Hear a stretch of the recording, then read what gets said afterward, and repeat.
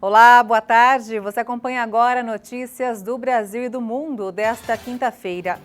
E eu começo essa edição com as manchetes dos sites dos principais jornais do país.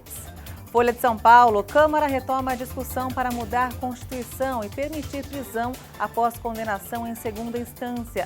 Membros do colegiado elegeram ainda novo presidente para substituir Marcelo Ramos, vice-presidente da Câmara.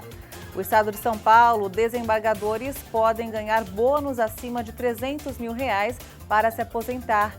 Tribunais de Justiça da região norte adotam prática. No Tocantins, afastamento antecipado de 4 meses leva bônus de R$300 mil.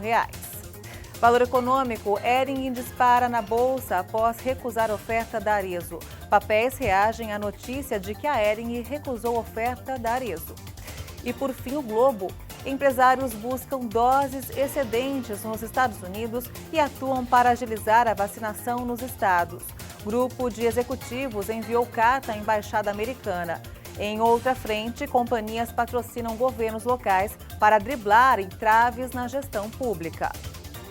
Autoridades brasileiras alertaram hoje sobre a falta crítica de medicamentos para intubação nos hospitais públicos do estado de São Paulo e expressaram preocupação com o risco de colapso em meio à segunda onda da pandemia.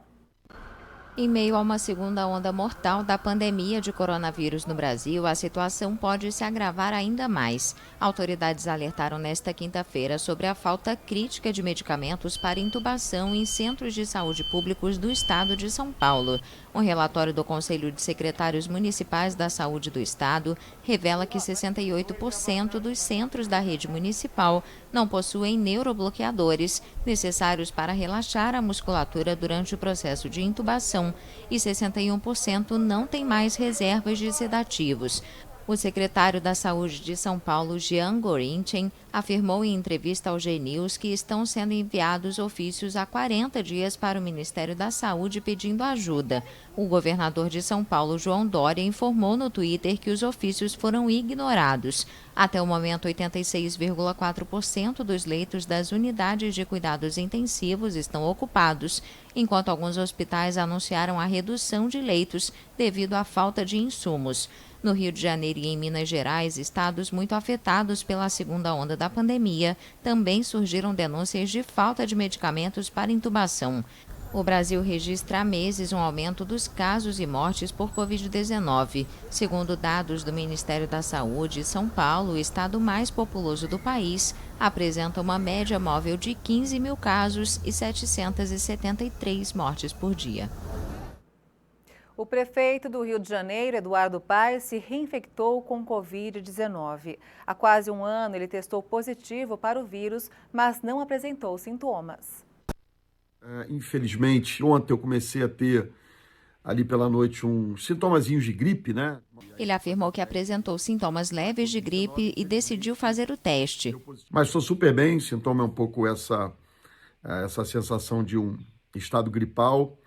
Enfim, estou me cuidando aqui em casa, atento à cidade, online, conversando com os secretários por vídeo. Então, enfim, vai dar tudo certo aí, vou cuidar da saúde. Vocês se cuidem também, que essa história não é brincadeira.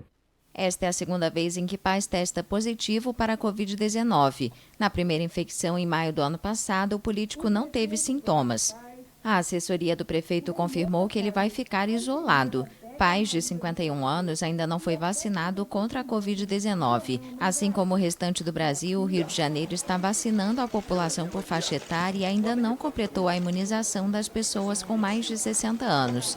O estado do Rio tem 17 milhões de habitantes e acumula 40 mil mortes, sendo 300 nas últimas 24 horas. No país todo já foram registradas mais de 360 mil mortes por Covid-19. Na Argentina, as infecções por coronavírus dispararam. Com 71% dos leitos ocupados na área metropolitana de Buenos Aires, novas medidas restritivas foram anunciadas.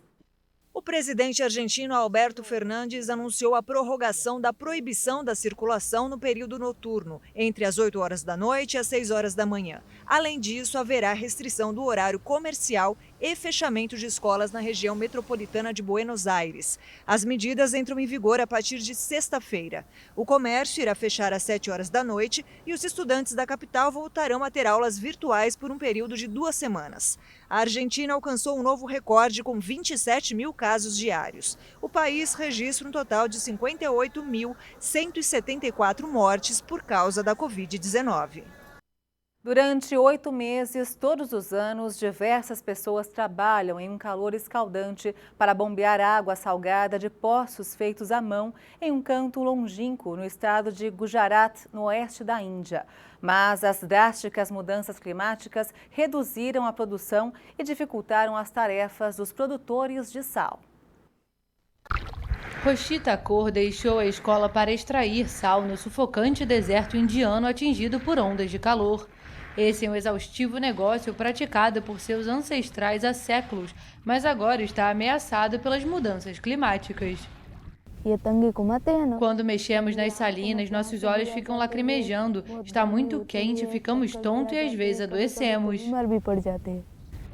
Durante 8 meses a cada ano, produtores de sal trabalham em um calor escaldante para bombear água salgada de poços construídos à mão em um rincão do estado de Gujarat, na Índia.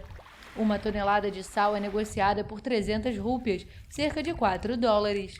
Mas a chuva imprevisível, o aumento das temperaturas e as frequentes tempestades de poeira reduziram drasticamente os rendimentos e dificultaram o sustento de Thakur e sua família.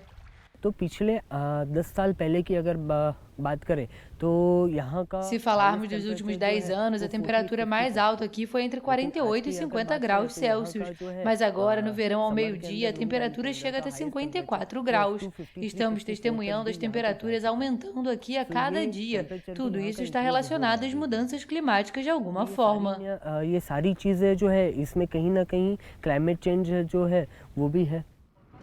A Índia é a maior produtora de sal do mundo e cerca de 3/4 da produção vem de Gujarat. A família Thakur é uma das dezenas de milhares de agarias, como são chamados os produtores de sal, que passam a maior parte do ano no árido deserto do Thar. Eles cavam poços de 15 metros de profundidade com pás ou com as próprias mãos e usam bombas a diesel para direcionar a água para uma cavidade retangular, onde ela evapora e deixa os cristais salinos. Roshita Kaur e os parentes pressionam a Salmoura, uma solução de água saturada de sal, com os membros inferiores para evitar que a água volte para o solo, o que os torna vulneráveis a dolorosas infecções nos pés. E essa edição termina aqui. Você acompanha outras informações durante a nossa programação. E se quiser rever as nossas reportagens, é só acessar o canal HIT Notícias no YouTube. Obrigada pela sua companhia. Tchau.